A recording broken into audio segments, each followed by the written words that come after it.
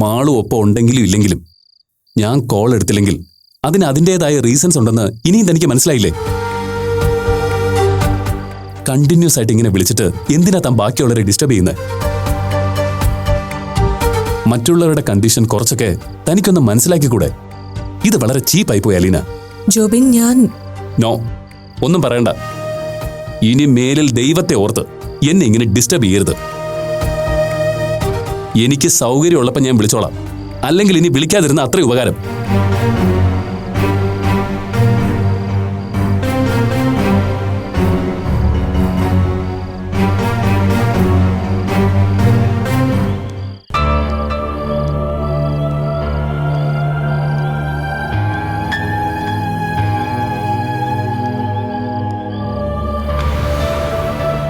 ഈ അപ്പു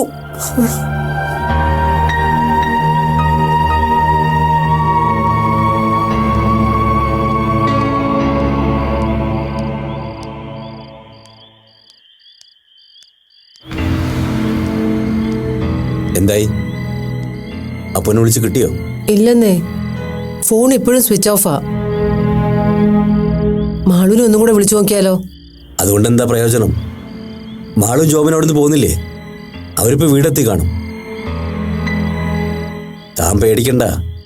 എത്ര ലേറ്റ് ആയാലും അപ്പൊ തിരിച്ചെത്തിക്കൊള്ളാമെന്ന് മാളുവിനും ജോബിനും ഉറപ്പ് കൊടുത്തതല്ലേ?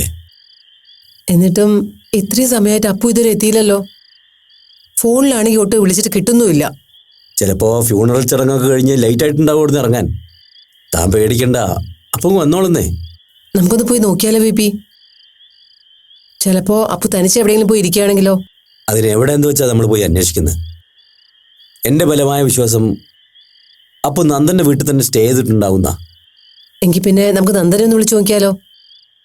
അത് വേണ്ട ഗീത. ഇന്നത്തെ ദിവസം അയാളെ നമ്മളായിട്ട് ബുദ്ധിമുട്ടിക്കണ്ട.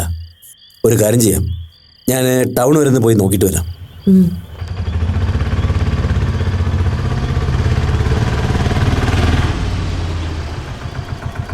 ദേ, ആളെത്തിയെന്നാണ് തോന്നുന്നു.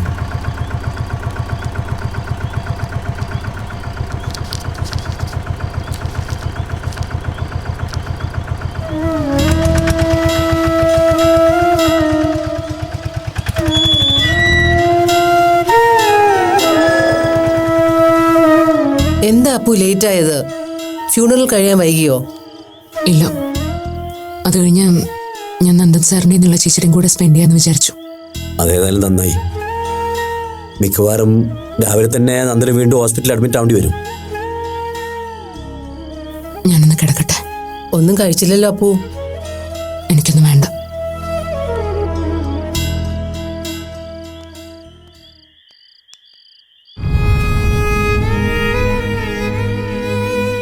വാ.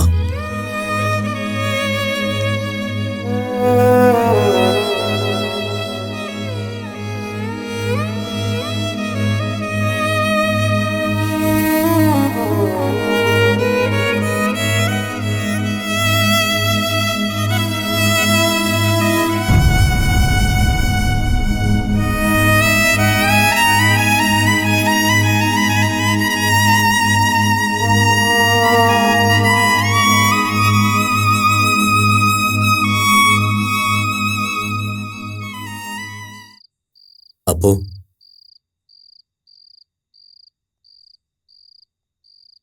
നിനക്ക് എന്നോട് ദേഷ്യം തോന്നുന്നുണ്ടോ? എന്തിനാ? ഞാൻ ക്ഷണിച്ചിട്ടാ നന്ദനാഥരി ഇങ്ങോട്ട് വരാനിറങ്ങിയത്. അത് ആ കുട്ടിയുടെ അവസാന യാത്രയായിരിക്കുമെന്ന് എനിക്കറിയില്ലായിരുന്നു. അപ്പോ ഞാൻ കാരണമാണോ ആ കുട്ടിക്ക് ഇങ്ങനെ ഒരു വിധി ഉണ്ടായതെന്ന് ഇപ്പൊ ഒരു തോന്നല്. അങ്ങനെ ഒരു തോന്നലിന്റെ ആവശ്യമില്ല ബി പി ക്ഷണിച്ചില്ലായിരുന്നെങ്കിലും ആ യാത്ര ചിലപ്പോൾ ഉണ്ടായേനെ. ആതിര സാറിനൊപ്പം പുറത്ത് പർച്ചേസിന് പോകാനിരുന്നതായിരുന്നു. അപ്പൊ വേണമെങ്കിലും ഇതൊക്കെ സംഭവിക്കല്ലോ. അത് ശരിയാ. എല്ലാറ്റിനും ഒരു കാരണം ഉണ്ടാവണമെന്നല്ലേ ഉള്ളൂ. നീ പറഞ്ഞതുപോലെ ഈ യാത്രയിൽ തന്നെ ആവണം നിർബന്ധമൊന്നുമില്ലല്ലോ. പോട്ടെ അപ്പു, ആ മോൾക്ക് അത്രേ ആയുസുണ്ടായിരുന്നുള്ളൂ എന്ന് കരുതി സമാധാനിക്കാം നമുക്ക്. അല്ലാതെ ഇപ്പൊ ഞാൻ നിന്നോട് എന്താ പറയാ? ജീവിതം അങ്ങനെയൊക്കെയാണ് അപ്പു. നമ്മൾ പ്രതീക്ഷിക്കാതെ എത്ര ട്വിസ്റ്റുകളാണ് ജീവിതത്തിൽ ഉണ്ടാവുന്നത്. എൻ്റെ കാര്യം തന്നെ അതിലെ ഏറ്റവും വലിയ എക്സാമ്പിൾ അല്ലേ?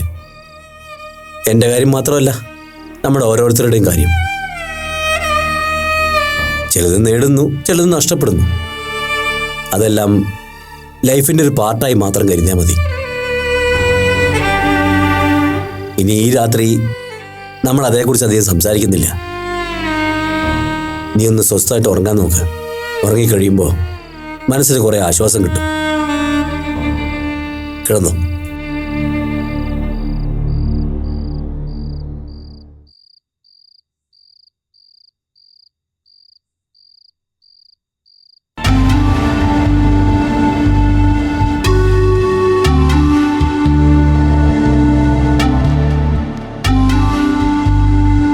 Excuse me doctor.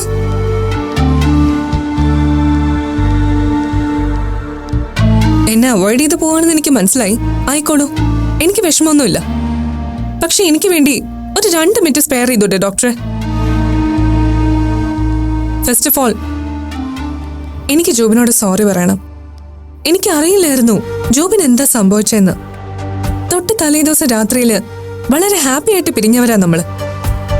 പിറ്റേന്ന് ഹോസ്പിറ്റലിൽ ജോബിനെ കാണാഞ്ഞപ്പോ സ്വാഭാവികമായും എന്ത് പറ്റിയെന്നൊരു ആകാംക്ഷ എനിക്ക് തോന്നി.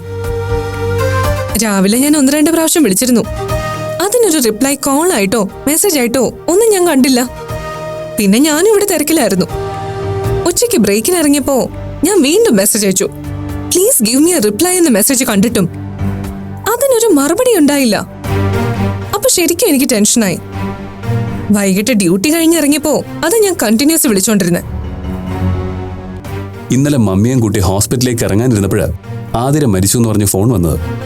പിന്നീട് തന്നെ വിളിക്കാനോ കാര്യം പറയാനുള്ള സമയമോ സാവകാശമോ ഒന്നും ഉണ്ടായിരുന്നില്ല. മരിച്ചുപോയ ആ കുട്ടി ഞങ്ങളുടെ ഫാമിലി ഫ്രണ്ടിന്റെ സിസ്റ്ററാ. അത് മാത്രമല്ല, അപ്പു വിവാഹം കഴിക്കാൻ പോകുന്ന കുട്ടിയായതുകൊണ്ട് തന്നെ മമ്മിക്ക് അവരോടൊരു സെന്റിമെന്റൽ അറ്റാച്ച്മെന്റും ഉണ്ടായിരുന്നു. ആതിരയുടെ മരണവാർത്ത അറിഞ്ഞ് മമ്മി ആകെ ഡൗൺ ആയി. പിന്നെ അത് കഴിഞ്ഞ് മാളുവിനെയും കൂട്ടി ആ വീട്ടിലേക്ക് പുറപ്പെടുകയായിരുന്നു. അലീനെ വിളിച്ചപ്പോഴൊക്കെ ഞാൻ ആ ഫ്യൂണറൽ അറ്റൻഡ് ചെയ്യുന്ന സമയമായിരുന്നു.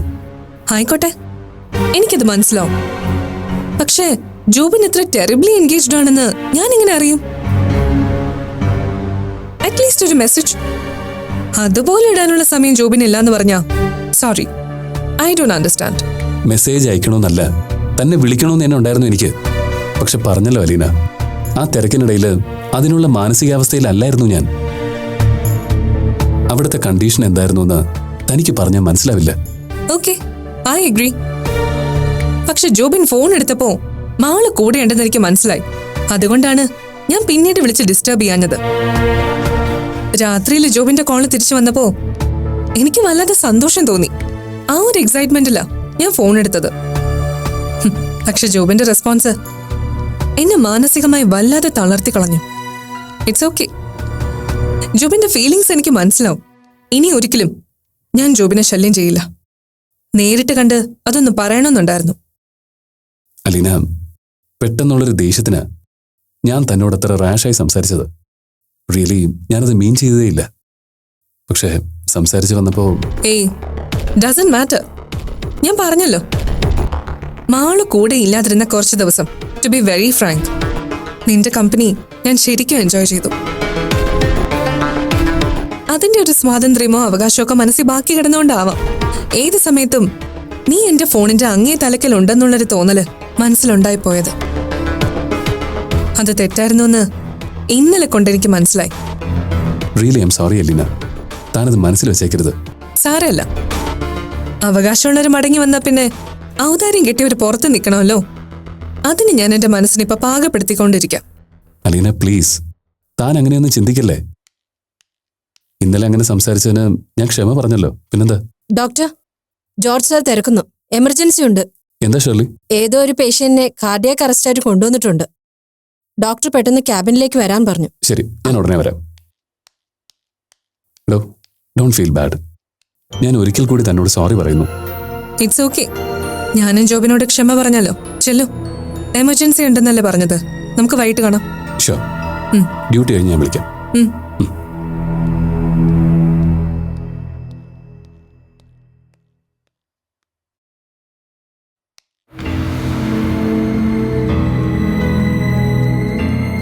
പ്രവീൺ, എന്താ എമർജൻസി?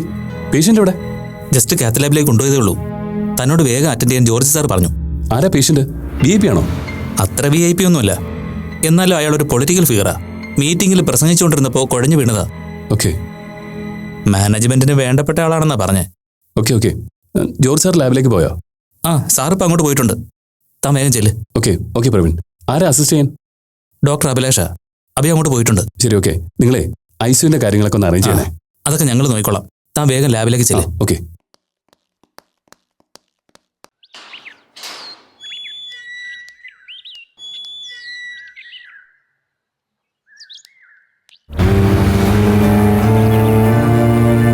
ഗീതേ, ഗീത,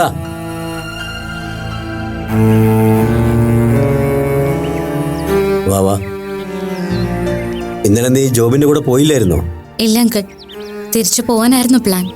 പോകുന്ന വഴിക്ക് ഇവിടെ അപ്പു തനിച്ചല്ലേന്ന് ഓർത്തപ്പോ 2-3 ദിവസത്തേക്ക് വീട്ടിൽ നിൽക്കാന്ന് വിചാരിച്ചു. ഇടയ്ക്ക് അപ്പുവിനെ വന്ന് കാണാലോ എന്ന് കരുതി. അതേതായാലും നന്നായി മോളെ. നീ ഇവിടെ ഉണ്ടെങ്കിൽ അത് അപ്പൂനൊരു ആശ്വാസമായിരിക്കും. അപ്പൂന് മാത്രമല്ല, ഞങ്ങൾക്കും. ഇന്നലെ അപ്പു എപ്പോഴാ വന്നത്? രാത്രിയായി. ഞങ്ങൾ കരുതിയത് അപ്പു മിക്കവാറും അവിടെ തന്നെ സ്റ്റേ ചെയ്യുന്ന, പക്ഷെ കുറച്ച് ഇരുട്ടിയപ്പോഴത്തേക്ക് വന്നു. ഞാൻ രാത്രിയിൽ വിളിച്ചു നോക്കിയിരുന്നു, ഫോൺ സ്വിച്ച് ഓഫ് ആയിരുന്നു. ഇപ്പോഴും അതെ. ആള് ഭയങ്കര ഡിപ്രഷനിലാണ്. എന്ത് പറഞ്ഞാൽ ആശ്വസിപ്പിക്കേണ്ടെന്ന് ഞങ്ങൾക്ക് അറിയില്ല മാഡം. ഇന്നലെ മുതൽ ഒരു വക കഴിച്ചിട്ടില്ല. രാവിലത്തെ കോഫിയും ബ്രേക്ക്ഫാസ്റ്റും ഒന്ന് തൊട്ടു നോക്കാൻ പോലും കൂട്ടാക്കിയില്ല. എന്താ വേണ്ടതെന്ന് ഞങ്ങൾക്കൊരു പിടിയില്ല മാളു. അപ്പുനോട് സംസാരിക്കാൻ പോലും പേടിയാവുക. ആ കുട്ടിയുടെ മരണവുമായി ഇപ്പോഴും അപ്പു പൊരുത്തപ്പെട്ടിട്ടില്ല. അത്ര പെട്ടെന്നൊന്നും അപ്പുവിനതിന് കഴിയില്ലല്ലോ അങ്കിൾ. ആതിരയായിട്ട് വലിയ പരിചയമൊന്നുമില്ലെങ്കിലും എനിക്കും അച്ഛനും അമ്മയ്ക്കൊന്നും ആ കുട്ടീനെ ഇല്ല എന്നുള്ളത് അങ്ങോട്ട് ഉൾക്കൊള്ളാൻ പറ്റിയിട്ടില്ല. അപ്പോ അപ്പുവിന്റെ കാര്യം നമുക്ക് ഊഹിക്കാവുന്നല്ലേ ഉള്ളൂ. അതിലും കഷ്ടല്ലേ നന്ദൻ സാറിന്റെ കാര്യം. സാറിന് ജീവനായിരുന്നു ആ കുട്ടിയെ. തിരിച്ച് ആദരിക്കും അങ്ങനെ തന്നെ ആയിരുന്നു. നന്ദൻ തിരിച്ച് ഹോസ്പിറ്റലിൽ അഡ്മിറ്റായി. ഞാൻ അയാളുടെ അങ്കിളിനെ വിളിച്ചിരുന്നു. ഹോസ്പിറ്റലിൽ പോകുന്നില്ലെന്നൊക്കെ വാശി പിടിച്ചതാ നന്ദൻ സാർ. പിന്നെ എല്ലാരും കൂടി നിർബന്ധിച്ചിട്ടാ അതിന് തയ്യാറായത്. ഇനിയിപ്പോ അവരുടെ കല്യാണം ഉടനെ നടക്കും തോന്നുന്നില്ല. എല്ലാവരും എന്ത് സന്തോഷിച്ചിരുന്നതാ. അതിനിടയ്ക്ക് പെട്ടെന്ന് ഇങ്ങനെ സംഭവിക്കുമെന്ന് ആരറിഞ്ഞു? അവരെങ്ങോട്ട് ക്ഷണിച്ചു വരുത്തതിന് കാരണക്കാരൻ ഞാനാണെന്ന് ആലോചിക്കുമ്പോൾ അതൊരു പ്രയാസമായി തോന്നുന്നു. പോട്ടെ അങ്കിൾ, സാരില്ല. ഇനിയിപ്പോ അതേപ്പറ്റിയൊന്നും ആരും കൂടുതൽ ഓർക്കാതെയും പറയാതെ ഇരിക്കുന്ന നല്ലത്. പറയും തോറും എല്ലാവരുടെയും വിഷമം കൂടുതലേ ഉള്ളൂ. അപ്പോ ഇവിടെ റൂമിലാണോ? അതെ. എന്ന് ഞാൻ ഒന്ന് കണ്ടിട്ട് വരട്ടെ. മോളെ, ഞാനേ അപ്പൂന് ജ്യൂസ് ഉണ്ടാക്കി വെച്ചിട്ടുണ്ട്. മോളെ എങ്ങനെയെങ്കിലും അപ്പൂനെ കൊണ്ടുവന്ന് കഴിപ്പിക്കണം. പറഞ്ഞില്ലേ, എത്ര നിർബന്ധിച്ചിട്ടും അപ്പു കഴിക്കാൻ കൂട്ടാക്കുന്നില്ല. മോളാവുമ്പോ അപ്പു മറുത്തൊന്നും പറയില്ല. ആന്റി എടുക്ക്, ഞാൻ കൊടുത്തോളാം. കഴിയുമെങ്കിൽ അപ്പൂനെയും കുട്ടി പുറത്തൊക്കെ നടന്നിട്ട് പോകാൻ മോളെ. രണ്ടുപേരും ഒന്ന് റിലാക്സ് ആവും ചെയ്യല്ലോ. ഞാൻ നോക്കട്ടെ അങ്കിൾ. വാ, ഞാൻ ജ്യൂസ് എടുക്കാം.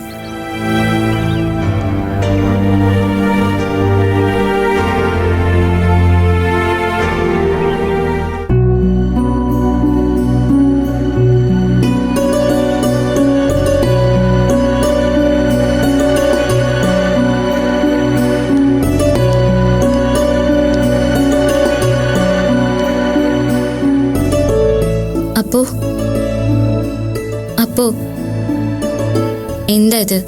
നീ എഴുന്നേറ്റ്.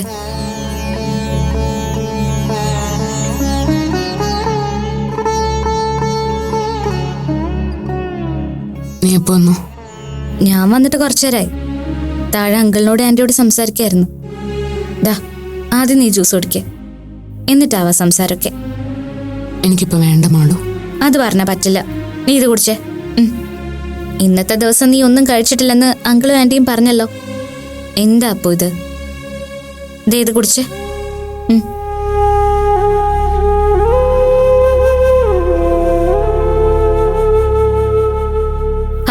അത് പറ്റില്ല.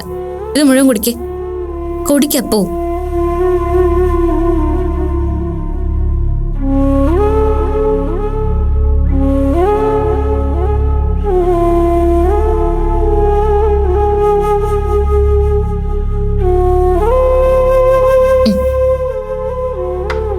അപ്പൊ ഞാൻ പറഞ്ഞ അനുസരിക്കാൻ അറിയാല്ലേ? നീ വാ, നമുക്കൊന്ന് പുറത്തു പോവാം. വേണ്ട മാളു, എനിക്കൊരു മൂഡില്ല. നീ ഇവിടെ ഇരിക്ക. അങ്കിളും ആന്റി നിന്റെ കാര്യത്തിൽ വല്ലാത്ത ടെൻഷനില്ല. നിന്നെ അവര് വിളിച്ചു വരുത്തിയതാണോ അതോ? ഏയ്, എന്നെ വിളിച്ചു വരുത്തിയതൊന്നും അല്ല. ഇന്നലെ ഡോക്ടറിന്റെ കൂടെ പോകാനിരുന്ന, പിന്നെ വിചാരിച്ചു നീ ഇവിടെ തനിച്ചാണല്ലോ എന്ന്. ഞാൻ പറഞ്ഞപ്പോ ഡോക്ടറും സമ്മതിച്ചു. അല്ല, ഇന്നലെ നീ വന്നപ്പോ ലേറ്റ് ആയല്ലേ? അതെ. നന്ദൻ സാറിന്റെ കാര്യം വല്ലതും അറിഞ്ഞോ മാളു? അച്ഛനും അങ്കിളും ഒക്കെ നന്ദൻ സാറിനെ വിളിച്ച കാര്യങ്ങൾ അന്വേഷിക്കുന്നുണ്ട്. അവിടെ നിളച്ചേച്ചിയും ആ അമ്മാവനും ഒക്കെ ഉണ്ട്. എനിക്ക് സാറിനെ ഒന്ന് പോയി കാണണം. ഇപ്പൊ നീ അങ്ങോട്ട് പോകണ്ടപ്പോ. മറ്റൊന്നുമല്ല, നിന്നെ കണ്ട നന്ദൻ സാറിന്റെ വിഷമം കൂടുതലേ ഉള്ളൂ. സാറ് ഹോസ്പിറ്റലിൽ നിന്ന് ഡിസ്ചാർജ് ആവട്ടെ, എന്നിട്ട് നമുക്ക് ഒരുമിച്ച് പോവാം.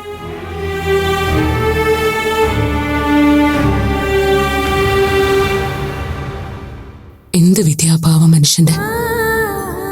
സാറ് ഇതെങ്ങനെ സഹിക്കുന്നോർത്ത് ഒരു പിടിയും കിട്ടുന്നില്ല മാളു. സഹിച്ചല്ലേ പറ്റൂ. അപ്പോ ഇങ്ങനൊരു ട്രാജഡി ആരും പ്രതീക്ഷിച്ചല്ലോ. പാവം, എന്ത് സന്തോഷത്തിലായിരുന്നു.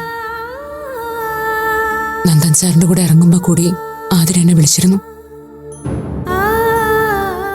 വീപ്പിക്ക് അവളെ ഇഷ്ടാവോന്നൊക്കെയായിരുന്നു ടെൻഷൻ. എനിക്കിപ്പോ ഭയങ്കര സങ്കടം തോന്നും മാളു. അവൾ എന്നെ കാണാൻ ആഗ്രഹിച്ച സമയത്തൊക്കെ ഞാൻ അവക്കൊപ്പം ഇല്ലായിരുന്നു.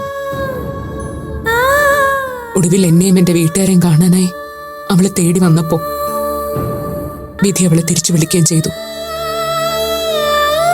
ഓർത്തിട്ട് എനിക്ക് സഹിക്കാൻ പറ്റുന്നില്ല മാളു. എന്താ അപ്പോ ഇത്? നീ പിന്നെ അതിങ്ങനെ ഓർത്തോണ്ടിരുന്ന ശരിയാവില്ല. ഞാനൊരു കാര്യം പറഞ്ഞ നീ അനുസരിക്കോ? എനിക്കും വല്ലാത്തൊരു ഡിപ്രഷൻ പോലെ. നമുക്ക് കുറച്ചേരം നടന്നിട്ട് വന്നാലോ? പ്ലീസ്. അത് വേണോ മാളു? വേണമെന്നേ. നീ കൂടി ഉണ്ടെങ്കിൽ എനിക്കൊരു ധൈര്യം. നമുക്ക് കുറച്ചേരം നടന്ന് സംസാരിക്കാം. നീ വേഗം റെഡിയാവ്. അപ്പോ നമുക്ക് കുറച്ചു നേരം ആതിരയുടെയും നന്ദൻ സാറിന്റെ കാര്യം സംസാരിക്കണ്ട. വേറെ എന്തേലും സംസാരിക്കാം. വേഗം റെഡിയാവ്, ഞാൻ പുറത്തുണ്ടാവും.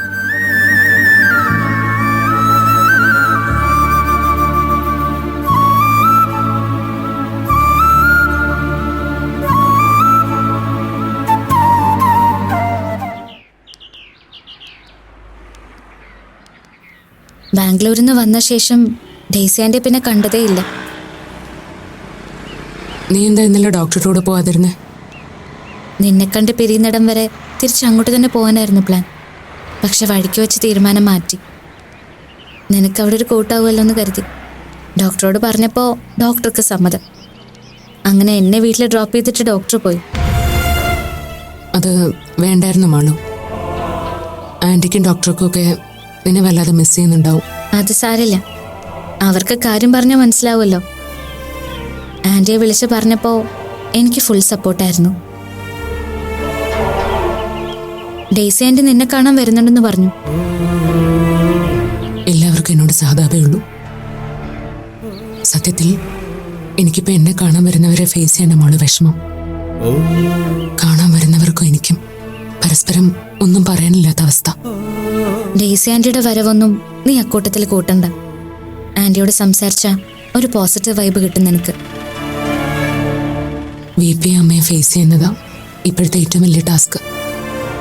പ്രത്യേകിച്ചും VPയുടെ കാര്യം. ആതിരയുടെ ആ യാത്ര VPക്ക് വേണ്ടിയായിരുന്നല്ലോ. അതിൻ്റെ ഒരു കുറ്റബോധം VPയിൽ ഇപ്പോഴും ഉണ്ട്. അത് ആളെ വല്ലാതെ ഹോണ്ട് ചെയ്യുന്നുമുണ്ട്.